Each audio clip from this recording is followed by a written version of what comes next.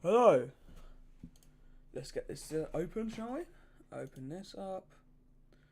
We're going to just do something real quick because I'm downloading a game that we're going to play. So let's just get this ready, shall we? Window capture. Add source. Add a new source. Add source. Windows. Steam. Is that it? Steam special offers. No Steam.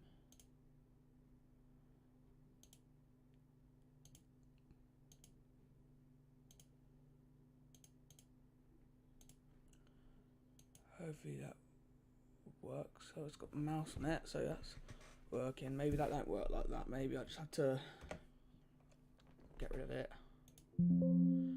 Get rid of that. Add display capture then instead. Or screen capture, actually that'll work, won't it? New add a source. Steam. Done. Right, get that open. I think it's Alt.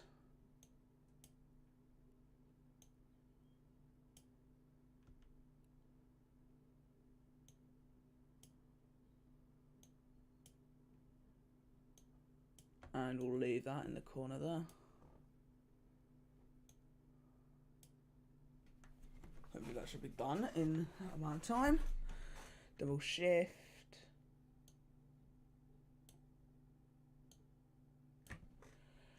Alt.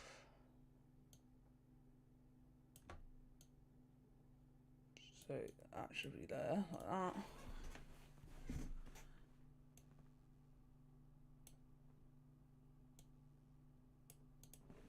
That'll work. Oh yeah, right. Right, I'm gonna go open up YouTube and watch a YouTube video, shall we? Get up my Opera GX. This stream is sponsored by Opera GX. No, it's not. Screen capture, add source, new source, add source, Opera GX, Alt. Get rid of that. That's fine.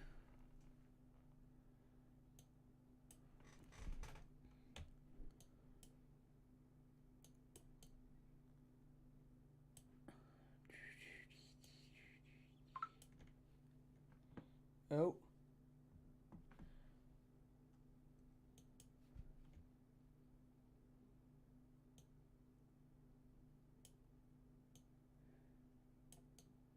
That'll do, won't it?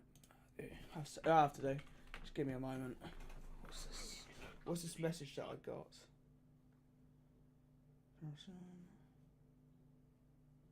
1 second.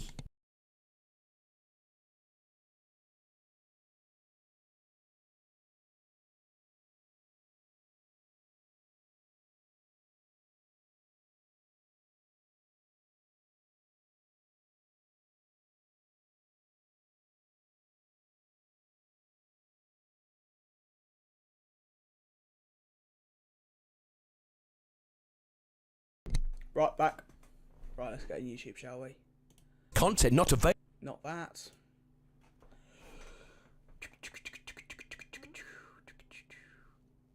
First, ooh, let's just see this first, actually. Let's see if the stream's actually streaming. Limited access. Do.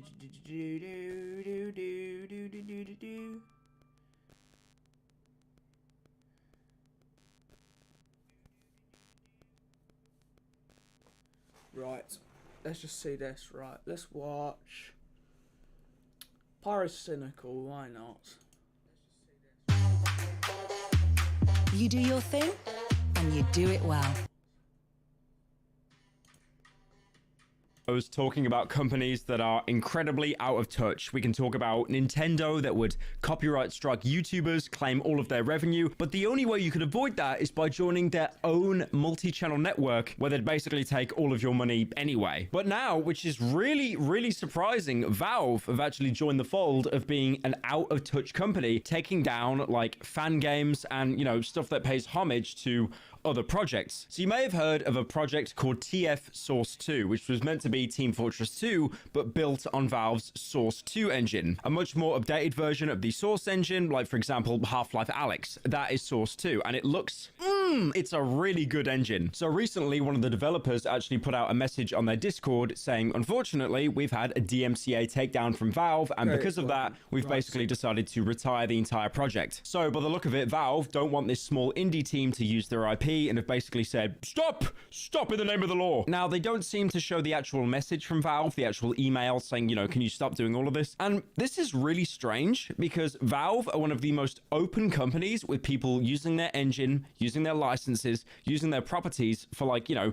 fan projects, fan games. For example, you had the Crowbar Collective that remade the entirety of Half-Life 1, the Black Mesa game. You know that funny game I played like 7 years ago, collecting the purple top hat? I'm not enjoying this playthrough. And it is definitely one of the most poorly aged series imaginable. My vocabulary there was embarrassing. You could tell that I was just some pasty little white boy that never went outside. Are you A dubious little creature. But that was a game that was basically remaking the original Half-Life on an updated engine, and Valve gave their full blessing for it. And other examples as well, like my main channel, half of the content I upload on there now is some kind of game that was inspired by Half-Life or runs on the Source engine. You've got Cry of Fear, for example, which runs on the Gold Source engine, the last Valve engine before they moved over to Source. And to make the connection even closer, you had Entropy Zero. I literally titled that video Half-Life 3 because I thought, I mean, you know, this is basically the closest thing we'll ever get to Half-Life 3. Now, with cases like Entropy Zero, Entropy Zero 2,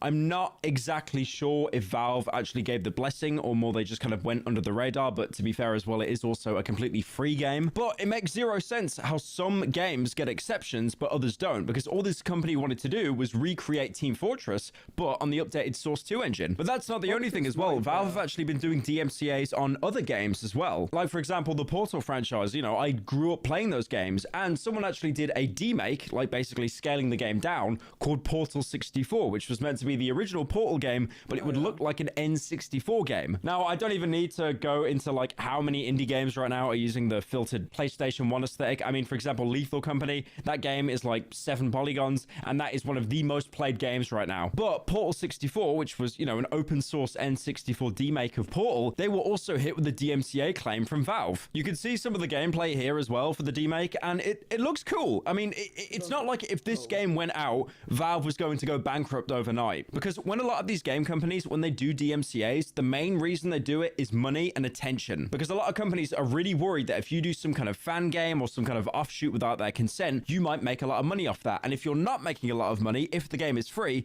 it might generate a lot of attention that the main company isn't getting, despite the fact that you're basing the game off a game, so the original game would get attention anyway. It's almost like Valve is a little bit insecure as well, because keep in mind, it has been like 7 years since, I don't know, Jungle Inferno, basically one of TF2's biggest updates. It's almost like they have this game with an insane player base that has gone free to play, it's boosted the player numbers, but they don't know what to do with the game, they don't have the staff. I think I heard in like one Valve interview, they've got like 7 or 8 people that are actually still working on Team Fortress 2, and for how huge and monolithic Valve is, that's not a lot of people. Jerry, someone's trying to make a Grammarly's 5 tips for writing a professional email. Email writing is super important. a fan game that might take attention from Team Fortress 2. Shut it down. And in return, for the community waiting for 7 years with no content, give them a free hat. Now, it does seem that over time, Valve is definitely becoming a lot more callous. What a lot of people have actually thought about, a possible game theory, rest in peace, Matt Pat, is that Valve could actually be working on a Source 2 version of Team Fortress 2 themselves, which, to be fair, would kind of make sense, because then it's like, if a fan company creates the game before the huge conglomerate company, that is not a good look. That is very embarrassing. But that's basically the only excuse they have, because why would you shut down a fan project that's basically basically trying to just pay homage to, you know, the original work.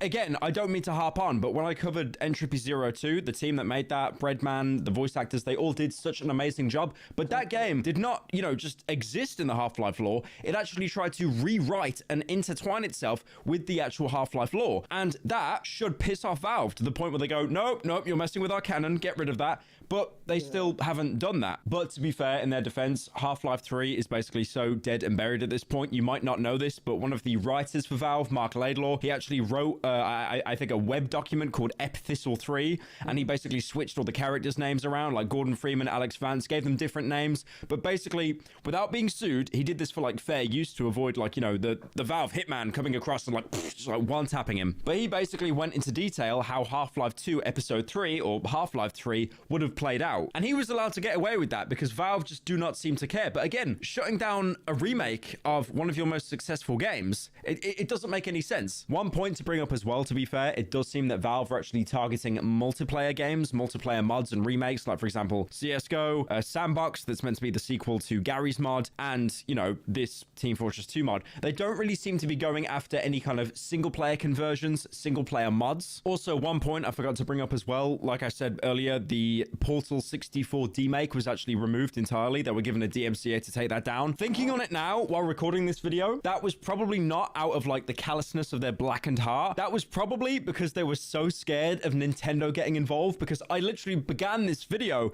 by talking about how Nintendo are a terrible company when it comes to any kind of creator relations. They are so out of touch. So yeah, Valve probably told them to shut down Portal 64 so they didn't get a lawsuit from Nintendo. I think one of the biggest ironies about Valve DMCAing like a fan project that was based off one of their games is the fact that they've got Left 4 Dead, Portal, Team Fortress, and all of these games are and still incredibly successful. They were all based off Half-Life. They were mods of an original game. A lot of these were so successful that Valve actually said, you know what, come onto our team, we're gonna hire you. That was the example with Left 4 Dead, that was the example with Portal. They were fans that loved Half-Life and loved Valve so much, they made their own spin on it, and Valve liked that and then brought them into the fold. I mean, for example, Team Fortress 2, that is an amazing game. Like, there are so many stylistic choices in it, how all the characters, you know, if you blacken them all out as silhouettes, you could still tell what each character is from that, you know, unique style alone. That game would not exist without Team Fortress Classic, which was a fan game. I think it's kind of funny as well because Team Fortress 2, like I said, it is a game that really does not get updated despite having a huge player base. Like, they have so many problems at the minute. They have a bot crisis, for example. I think I made a video on this a little while ago,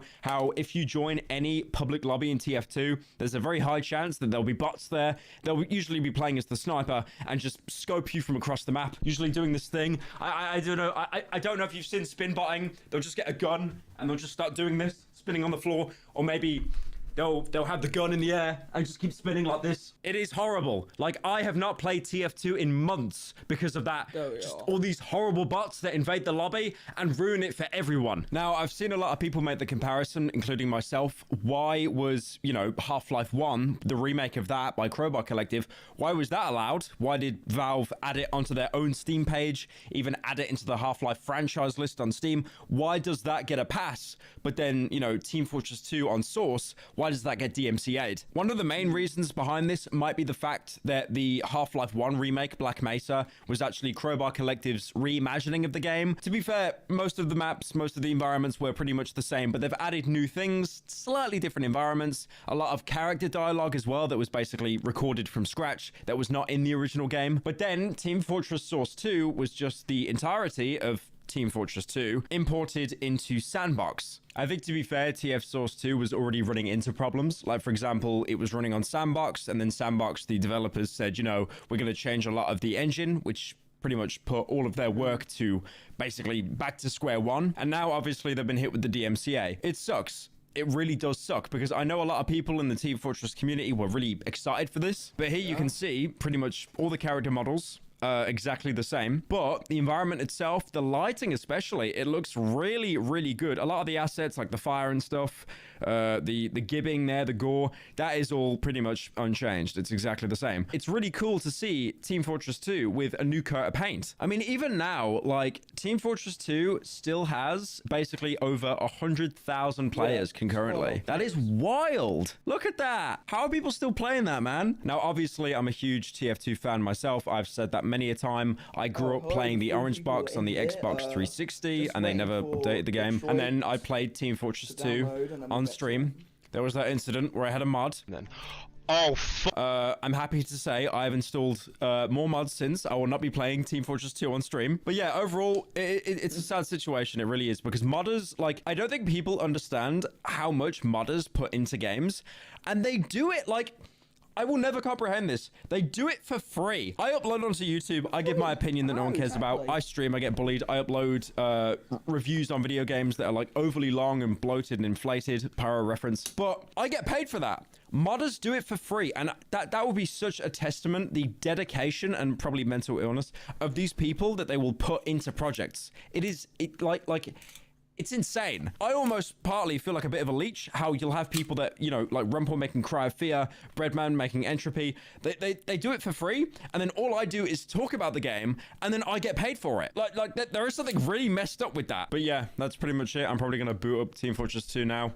How does Critical end these videos? So yeah, that's it. See ya.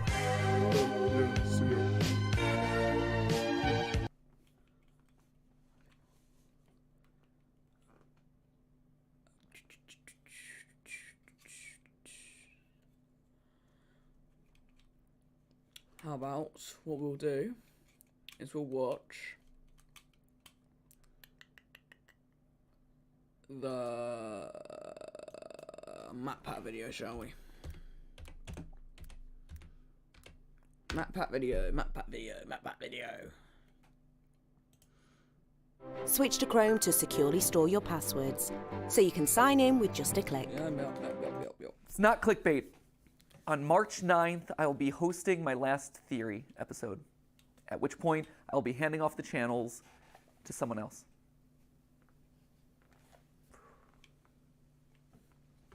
There it is. That's it. Send tweet. We're all done here. That's all you need to know, right? Oh, wow. Forgive me, by the way, if I'm a little bit more disorganized than usual. Normally, I would want to script out something like this pretty precisely. But with an announcement like this, I wanted to bring it back to just us. There's no one else in the room. There's no teleprompters. There's no nothing. It's just the way that this whole thing started. It's a conversation between us. And sorry that I keep getting emotional about this. I'll try not to, but it's a big deal. You know, like, if you think about it, this channel is Steph and my first child. Really. Before we had Ollie, before we had Skip, Catbat, like, it was this. This was our baby. This channel has been going for 13 years. I think in total it's somewhere around like 1,200 theories. And only half of those are FNAF. Shocking. I know, we actually did stuff that wasn't FNAF related. But this has been a literal third of my life. And I'm gonna miss you. No, MatPat. No. I value what we have here. I value this conversation, this openness, this relationship that we share. And I'm sad that I won't be able to see you every week. Oh, no. Which then I guess prompts the question of, like, why? Why am I doing this now? Why am I making this announcement today? Why am I walking away from the channels? Well, to be honest, it was Tom Scott. You can blame Tom Scott. Yeah. Tom just did his farewell video, and I'm like, well, he was able to do it. I want to be able to fly away in a helicopter. Obviously, that's not it. But really, my reasons for making this announcement today is probably largely the same as Tom's reasons, or Seth Everman's, or Captain Sparkles, or Papa Meats, or Stampy Longheads. Like, there's a lot of these videos that are coming out these days, and there's going to be a lot more happening throughout this year. Steph and I have known this video would be coming for the last 3 years. We weren't sure it was necessarily going to be today. We didn't know exactly when it would fall, but we knew it was going to happen eventually. That's why over the last couple years we've been staffing up so much. That's why we partnered with a larger company to help run the channels. That's why we've been spending so much time outside of this box training up the team to make the best videos that they can, because we knew that we couldn't do this forever. We knew that, honestly, we didn't want to do this forever. For as much as I love you, and I love overthinking things, and I love theorizing, I don't love late nights. I don't love the fact that Steph and I have been work first for over a decade, where I'm sitting down at dinner with my best friend, and we're talking about business logistics, or we're talking about animatronic toes. I miss the days where I could just sit down on the couch with her and play video games, and it's not for content. Or I'm playing a game and I'm not thinking about what theories are going to come out of that. I miss it. So that's a big reason. That was a big one right there. But also just the internet's changing. My life has changed in the last 13 years. I mentioned Dolly before. He's the coolest little dude, and he's getting older by the minute. And I watch him, and he is so much fun, and he is so much smarter than I was when I was his age. He also probably knows the FNAF lore better than I do, which is a problem that I should probably address at some point. But honestly, I want to be able to spend more time with him. Another sad fact of the matter is I'm getting older. I'm 37 now. 37? The other day, I actually had to Google my own age. And you know that when you have to start like doing math in your head to calculate how old you are over the hill, my friends. Though to be fair, to my credit, I think I'm like the only 37-year-old out there who has an unironic appreciation of Skibidi Toilet. Then again, maybe that's the problem, right? Like, maybe that's not a good thing. And honestly, because this is all about us being honest, there is a bit of a selfish side to this. When you think about it, there's only really two ways to step away. Either just decide the day that you stop uploading and you're like, I'm done, or you just keep uploading videos from now until the heat death of the universe, and you watch as your relevance slowly dies or your passion slowly dies. And for me and my journey in this place, I always wanted to go out on a high note. And when you stop and look at the last year, this has been the best year in the theorist lifespan ever. Like, no joke. It is our highest view year. It is the year where we launched Style Theory and immediately put our foothold in a brand new space, and that took off, and now we're one of the top style and fashion channels on YouTube. And that kind of completes the trifecta. When you visit Fiverr Pro and discover pre-vetted, top freelance talent perfectly matched to your of, hey, we now have a top channel in 4 different verticals that are completely different, and no other YouTuber really has ever been able to do it to that scale. That's amazing. This is also the year where I was able to meet you guys at our Broadway show. I was able to play at the PGA and show that, hey, YouTubers aren't particularly good at golf, but they can make your event relevant for like a couple of minutes. It was also the year that I got to host the Streamy Awards, and it wasn't cringe. I mean, to be fair, the Streamy Awards are always a little bit cringe, but it was the right amount of cringe. When I pull up videos of all my favorite creators, and I watch them, and all of a sudden I start hearing people just casually dropping, "That's just a theory." It's just a theory, a game theory. Now this is just a theory, people. At the end of the day, it's just a game theory. That's just a theory. A Freebirds theory. Also a lot of lore, so if you're a big theory head, proceed at your own risk. I did not know about this theory. That's a theory. Okay. That right there, that is incredible. Okay. That's the note that I want to leave on. And that's how you just know it's the right time. All of those reasons coming together, saying, hey, this is the moment. And that's hard to say, because change is scary. Change is hard. But sometimes the right decision isn't the easy decision. The easy decision would just be to carry on doing this and do FNAF Part 332. Yeah. But that wouldn't be the right decision. I think the best way to explain it is with a video game analogy. Feels appropriate, right? Whoa, it's game theory, ha! Did it. Check the game part of it off. But the way I like to think about it is Earthbound. I think I've made it pretty clear over the years that that is, without question, my favorite game of all time. Sans Nest, all that, you're all familiar with that. But what you might not be familiar with at this point is how the game ends. At the end of Earthbound, after you save the world, everything opens up to you. You can revisit every single location that you've been to. You can talk to every NPC that you met on your journey. And it's this incredible moment as a gamer. You see just how many lives have been impacted thanks to your journey. And then after spending as much time as you want talking to all those people, you end up back home. You go back to where it all began, where you were just a kid waking up in bed and starting your adventure. And even though your mom's there and your dog's there and your weird telephone dad's there, it feels different somehow. Like, sure, this is still a place of love and acceptance and comfort and security, but you just don't quite fit anymore. Because you just traveled the world. You made all these new friends. You are different. You grew up. And your relationship to this place grows up. It evolves. In case you couldn't tell, I'm Ness, which I guess would also mean that I'm also Sans.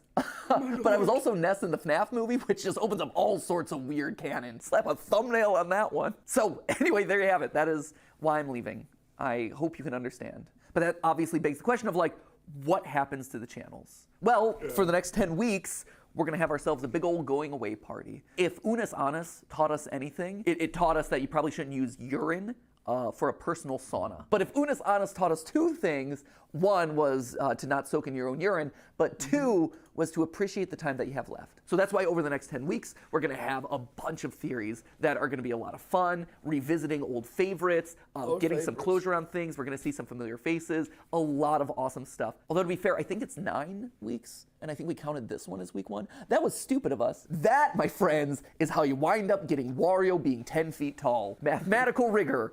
Should have double-checked the numbers. So I have 9 theories left on each of the channels, but we're gonna call them MatPat's Final 10 because that just sounds better. At which point then on March 9th, we're gonna have that big going away celebration, MatPat's Final Theory, and I just dust away. I stand astride my Music Man and I just whip a Nene off into the distance. But then something special happens. Do the channels go away with me? No, actually. I've always thought that anyone can be a theorist, right? If you are passionate about a topic and you love to overthink it and over-research it, then congratulations, you're a theorist. And that could range from, hey, I have family recipes that I'm constantly looking to refine, to, hey, I want to create the perfect fantasy sports team. Because here's the thing, sports pros, at the end of the day, if you are in the statistics and numbers and doing calculations to see if your team won or lost, you're just playing a glorified Dungeons and Dragons game. I hate to break it to you, you're one of us, my friends. And sure, game theory is a format that I created. It's a show with this very excitable host who makes a lot of cringy dad jokes and says the word lore a lot. But at the end of the day, it's more than just the host. It is a show. It is a format. And in a broader sense, it is a state of mind. It's a way of thinking and approaching the world around you. It's more than just the host. And when you think about it, not a lot of YouTube channels function that way. We're special in that regard. Like, you're not gonna be able to get another Markiplier stepping into the Markiplier channel. And you're never gonna be able to recreate Jenna Marbles.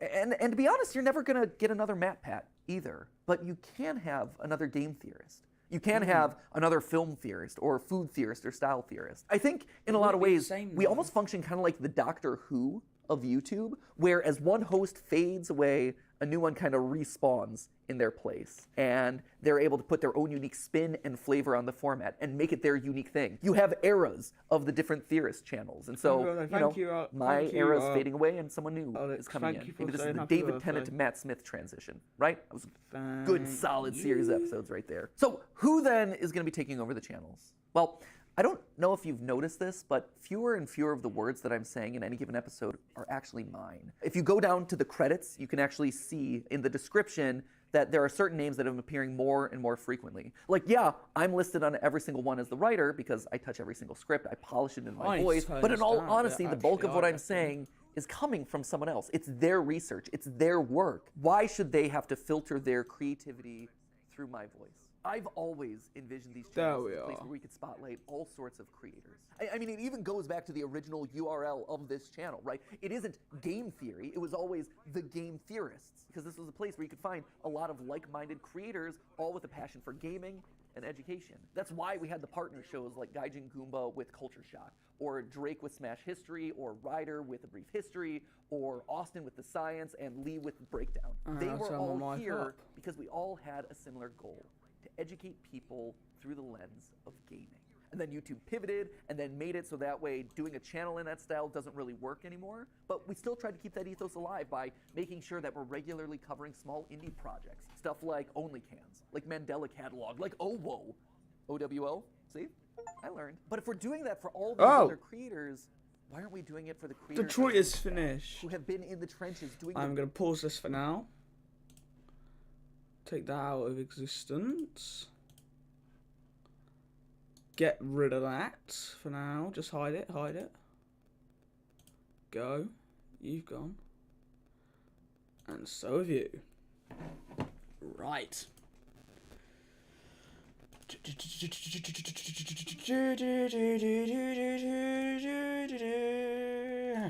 Let's play Detroit. Let's get it capturing as well, shall we?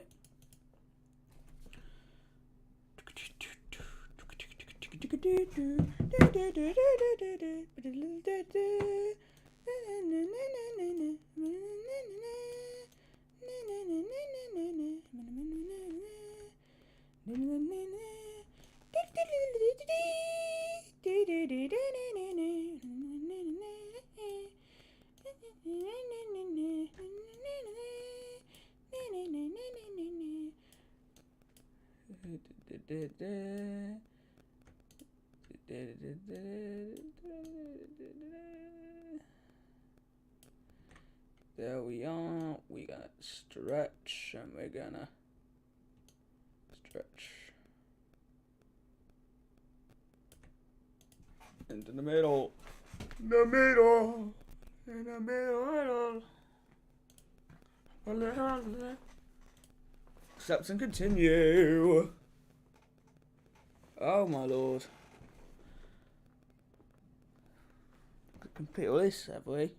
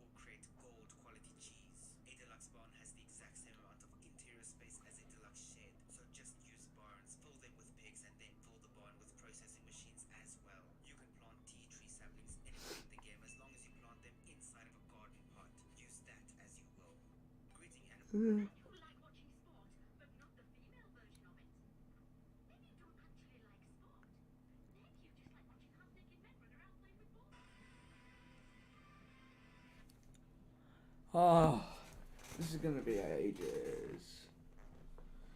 Children without worry, duties and tutoring and kindergarten to university includes over 350 subjects for medieval literature. Oh, never mind.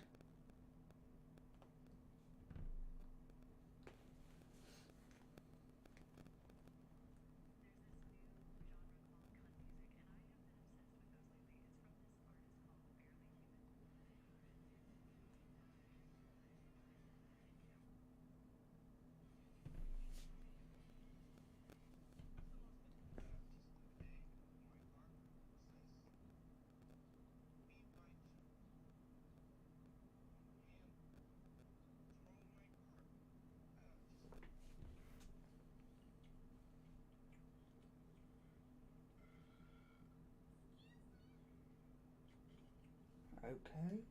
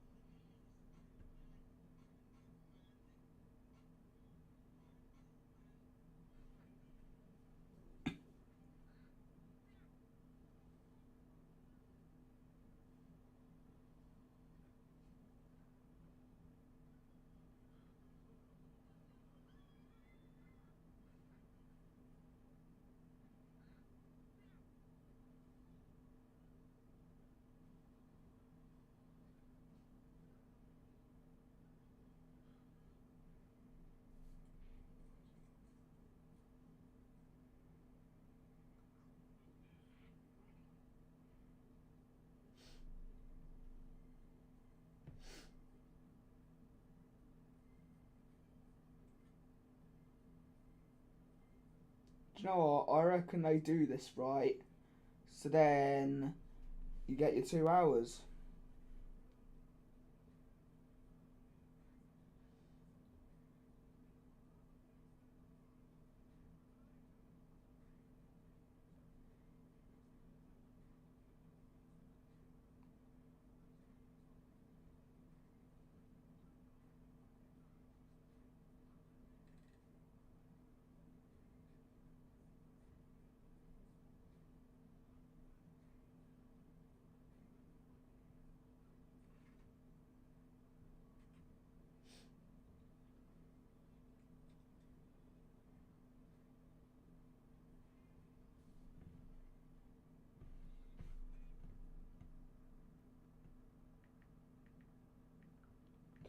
Getting some messages.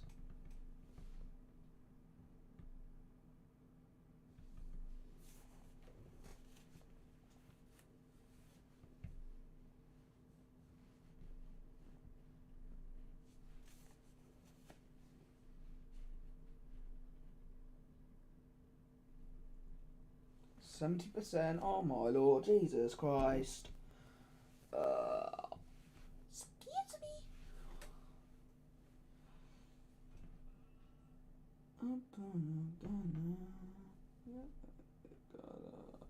Cindy Ojito. It's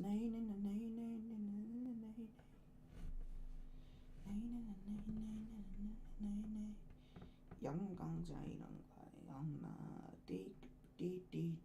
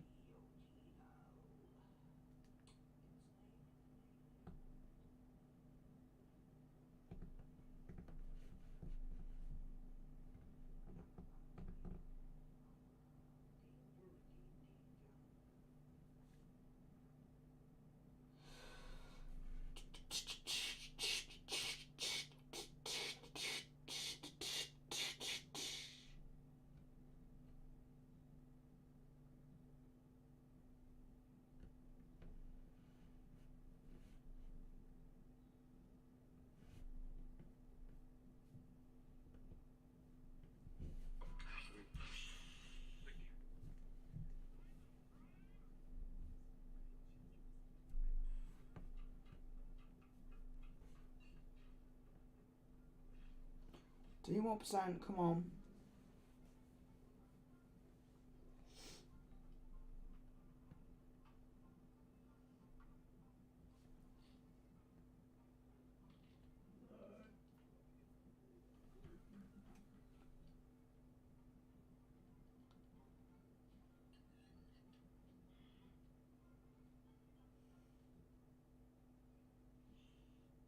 Oh, is this 2% gonna happen or not? Oh my Lord, thank the Lord.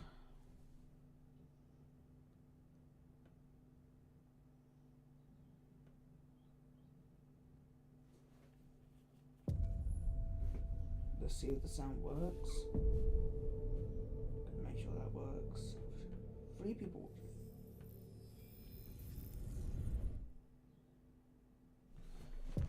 Is it working? Hello. Welcome to the Detroit Experience. I'm an android and I'll be your hostess. Before we begin, let's make some adjustments to optimize your experience. Yeah, the sound's working perfectly. Right, let's get to it. Right, English. Yeah. Continue. Please adjust your screen settings.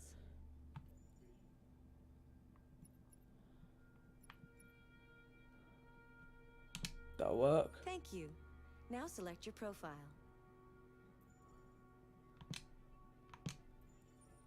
You are now ready to begin Detroit. Experienced. Remember, this is not just a story. This is our future. I don't know what I picked. Give me a minute.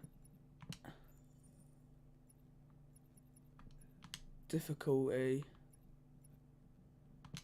Oh yeah. Resume. Ding. Bing. Bing. Oh, it's lagging. Great.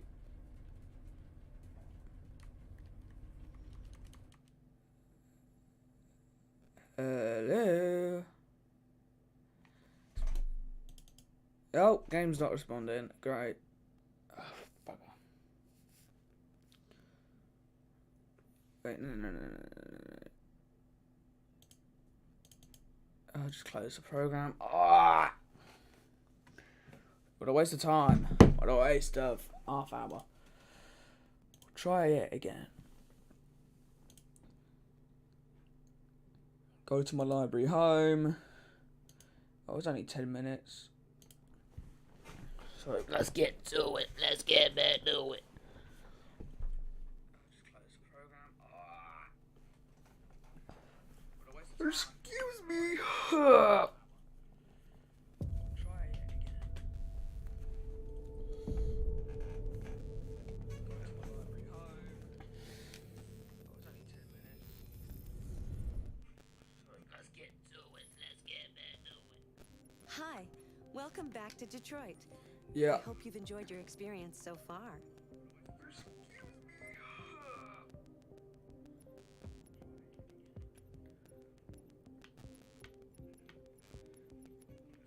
Medium.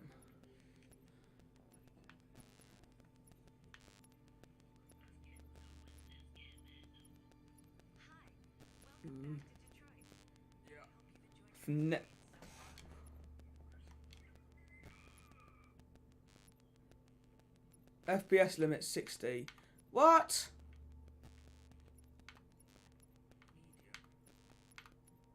What?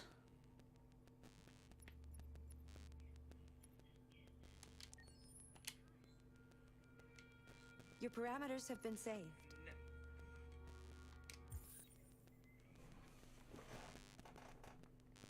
FPS limit 60. What? Come on, don't crash this time.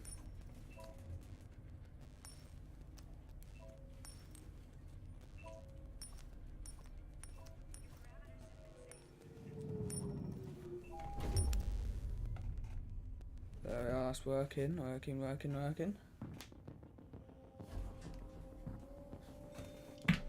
Key.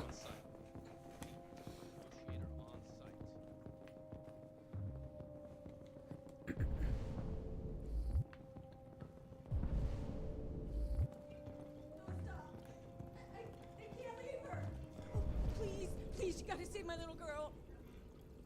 Wait. You're sending an android? All right, ma'am. You need to go. You can't An do android. that. Really? Why aren't you sending a real person? Joel, that's sick.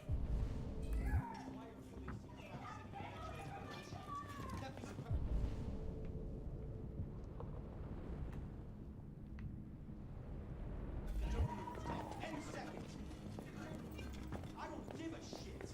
My men are ready to step in. Just give the order. Okay. Talk to Captain Allen. Allen. Captain Allen, my name is Connor. I'm the android sent by CyberLife.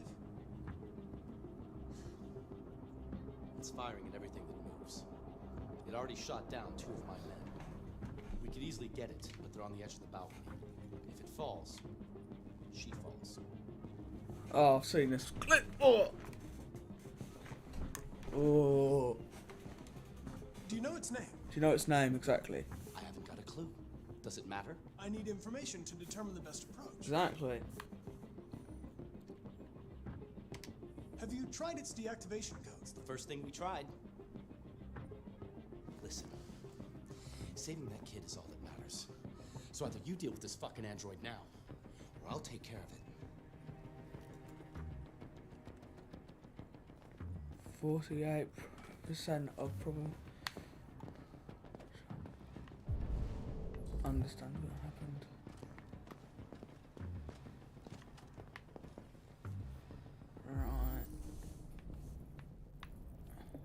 Right, find the clues.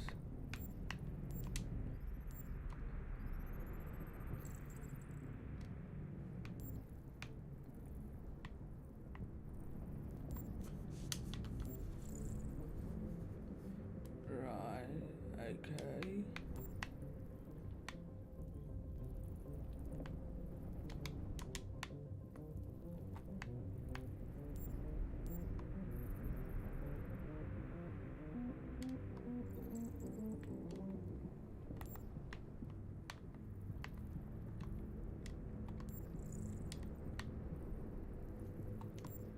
Oh, there we are. That's it.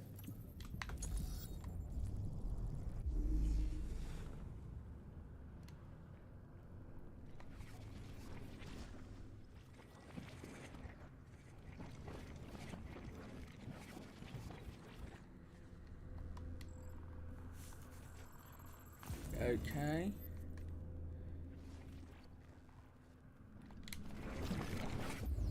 Okay, got that.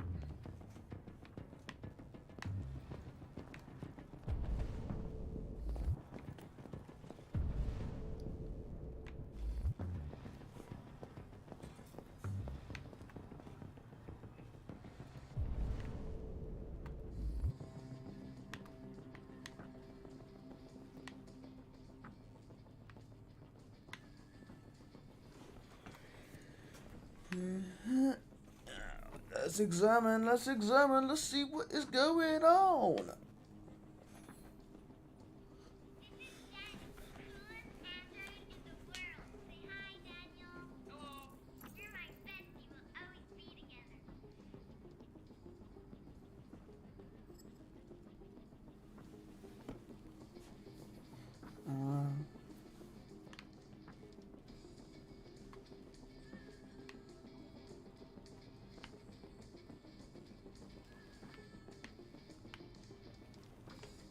Let's listen.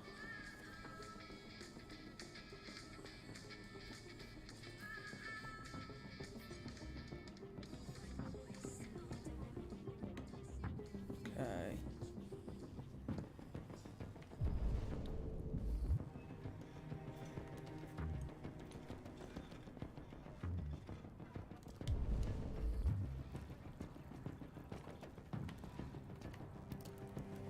All right.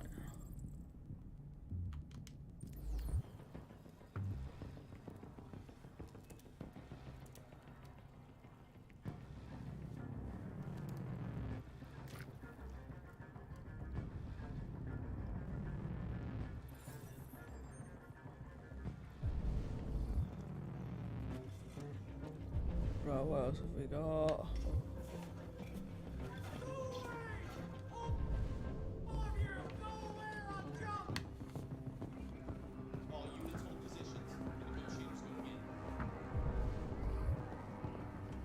Right.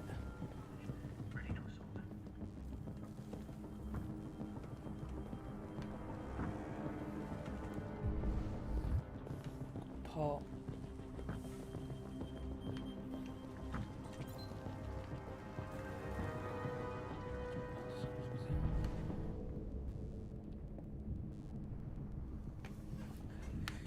Oh my lord, there's things everywhere.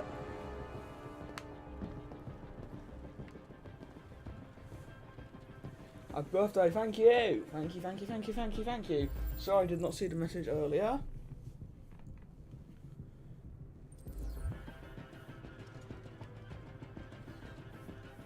I'm too busy with the game I wouldn't play it. Hopefully it wasn't that long ago. Oh, we got more victims, have we? DPD! Find 3 clues. Right. Oh, what have we got here? Bullet wounds. Okay. Oh. Gunshot residue. Right.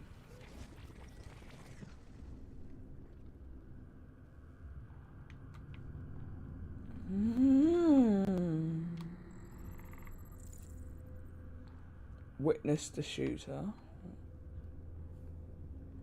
Right.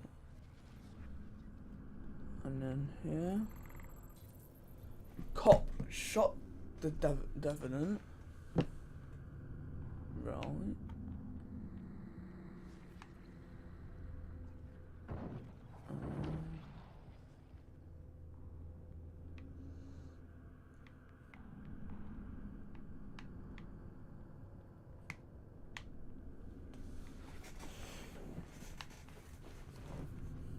Oh, what's this? Weapon. Pick up the weapon, pick up the weapon, pick up the weapon, pick up the weapon.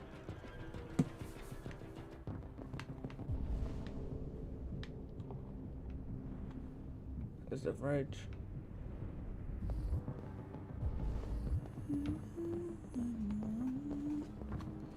Gotta make sure we do it right. Child shoe size, colourful model. Hostage could be wounded. Right. Go to the gun. The gun.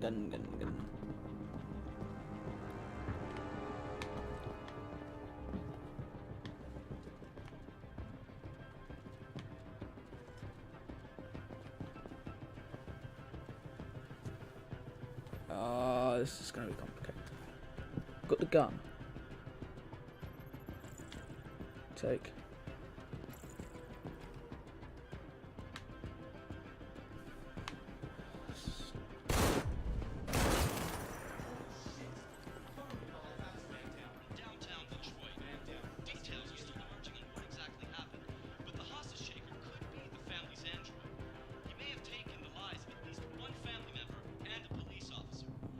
Oh my. This would be the first case of an android deliberately taking human lives. By all signs, the SWAT team are preparing for an assault, and it's been just over an hour since a little girl was taken hostage on the... Okay. We've got another dead body here.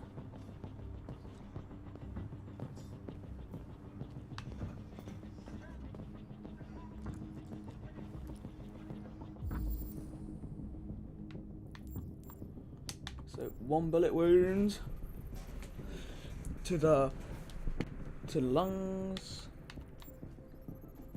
1 bullet wound here.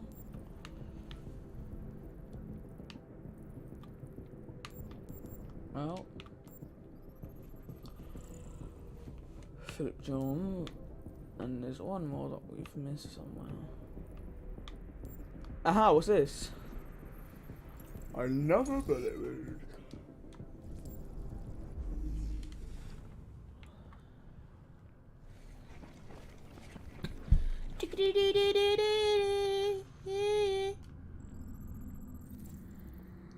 Father's holding something.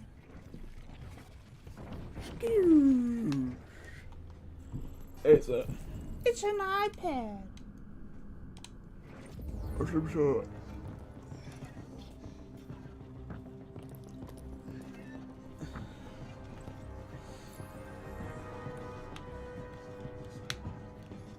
Lock. Oh, it's gonna be replaced. Oh dear. Oh dear, oh dear, oh dear. What the fuck are you doing? You gotta talk to it or what?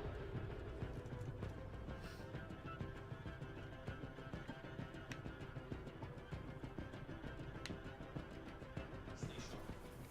Everybody's ready to go at any time. Stay back! Don't come any closer or I'll jump!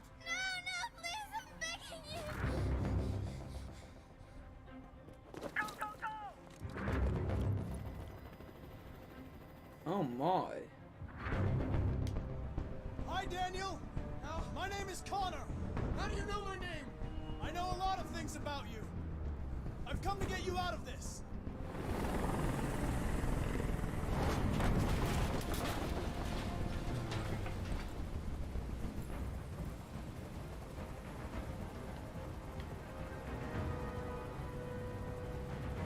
I know you're angry, Daniel. But you need to trust me and let me help you. I don't want your help. Nobody can help me. All I want is for all this to stop. I just want all this to stop. Are you armed? Yes. I have a gun. Drop it. No sudden moves or I'll shoot. There. No more gun. No more gun. There's no way out, Daniel. What you've done is too serious. The only question is whether or not you take another innocent life. It's not up to you. I'm holding all the cards. If I die, she dies. Oh my lord. You hear me?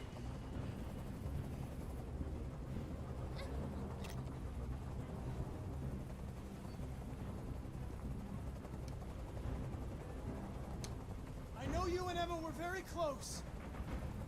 You think she betrayed you, but she's done nothing wrong. She lied to me!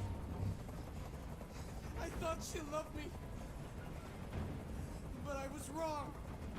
She's just like all the other humans. Daniel, no! Yeah, no, Daniel, no. They were going to replace you, and you became upset. That's what happened, right? I thought I was part of the family. Yeah. I thought I mattered. But I was just their toy. Something to throw away when you're done with it. I can't stand that noise anymore. Tell that helicopter to get out of here. The situation is under control. Good. There. I did what you wanted.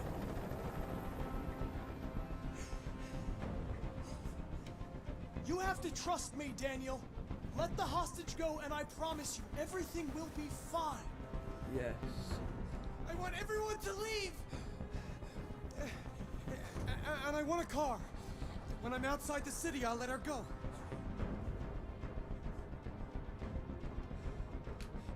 That's impossible, Daniel.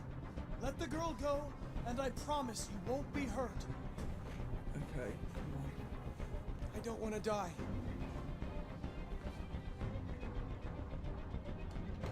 You're not going to die. We're just going to talk. Nothing will happen to you. You have my word. Okay. I trust you.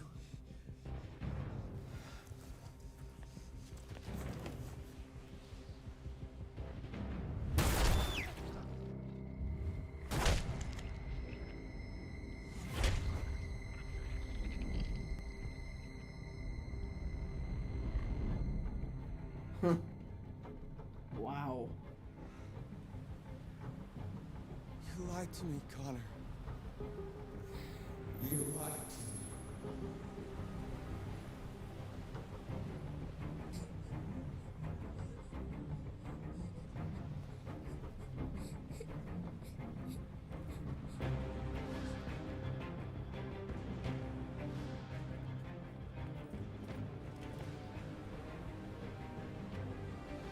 Oh, I did it.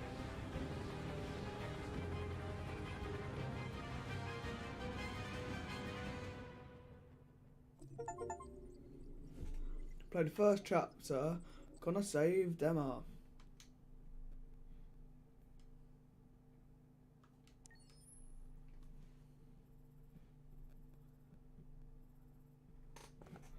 We missed some stuff, but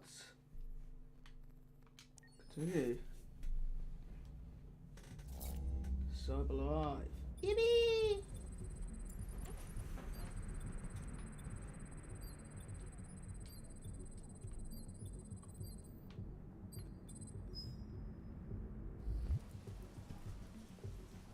This is the top-of-the-range household assistant.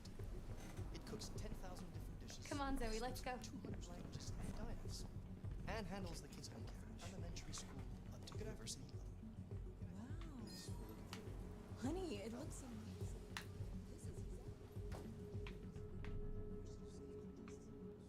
At the moment, we're doing a special promotion on this entire range. at $7,999 with a 48 months interest-free credit. And it comes with a 2-year warranty for all the work around the house. Painting, plumbing, gardening, repairs. At night, it switches to surveillance mode. Contacts emergency services if there's a break-in or if it detects smoke. Excuse me, how much is that one over there?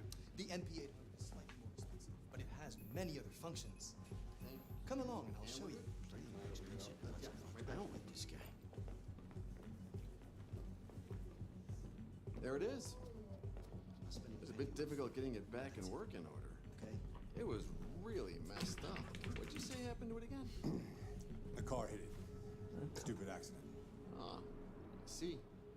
Anyway, it's as good as new now. Okay. Except we had to reset it. Meaning we had to on. take its memory. I hope you don't mind. It'll be fine.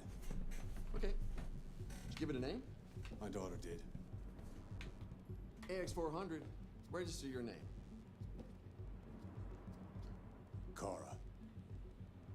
My name is Kara.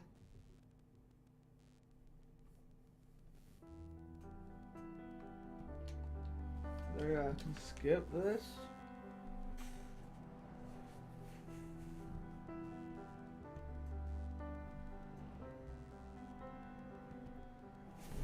I don't know if it's been going for about an hour, so that's just been about 50 minutes. I knew. Can I skip this? No.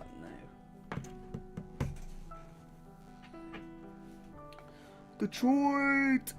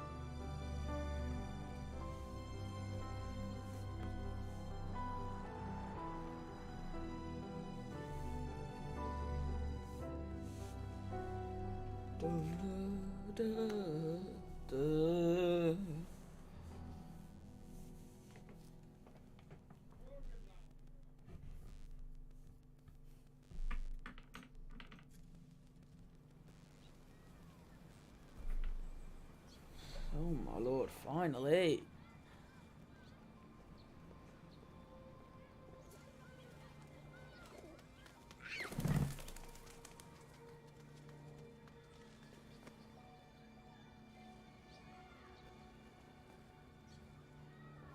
Would you like to go home now? Yes. Yes, I think that's enough for one day. Here, let me help. Oh, thank you,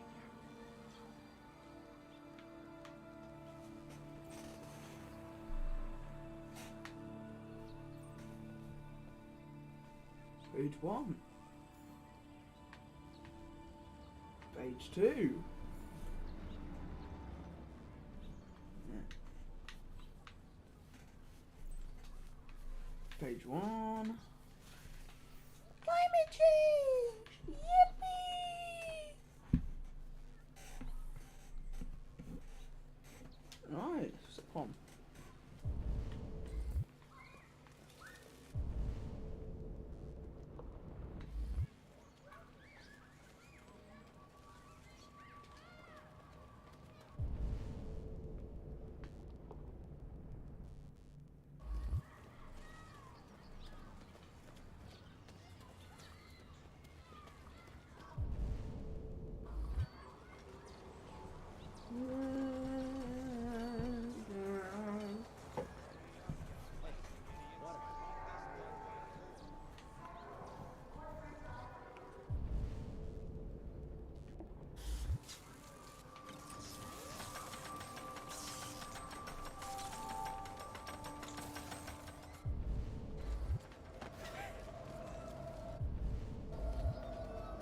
Androids, it seems, man.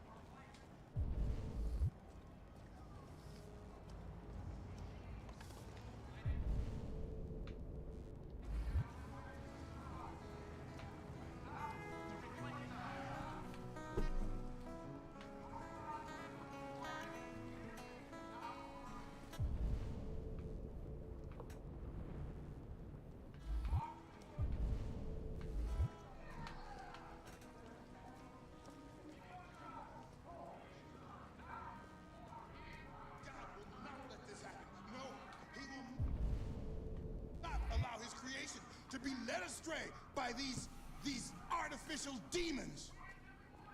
My brethren, we have to turn our backs on sin. We have to burn the androids. Let us burn them all. Why do you look at me so, demon? I know who you are. I can see through you. You are the one by whom the evil will come. You are the one who will destroy Detroit.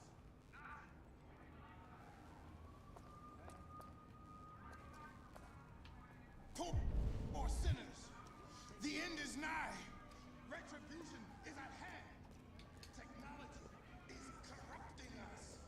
Technology is evil.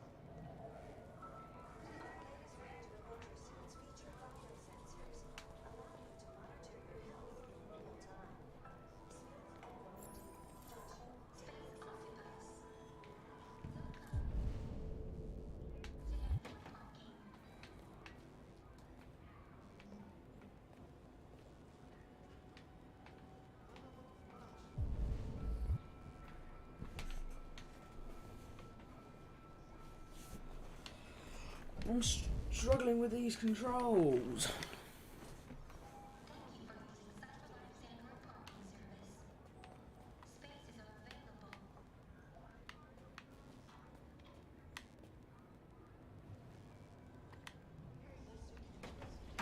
There we are.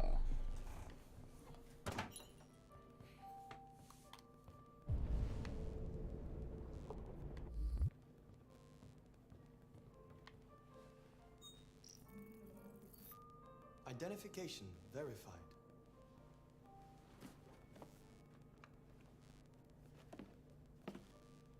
Here is your order number 847. That will be $63.99. Please confirm payment.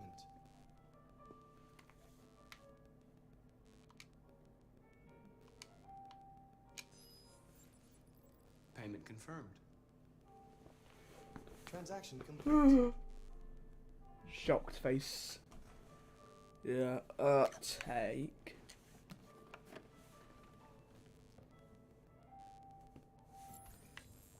Take the bus home.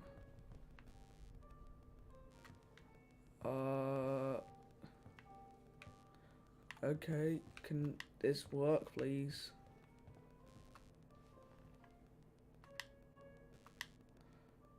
Oh my lord, come on. This is a pain in the backside to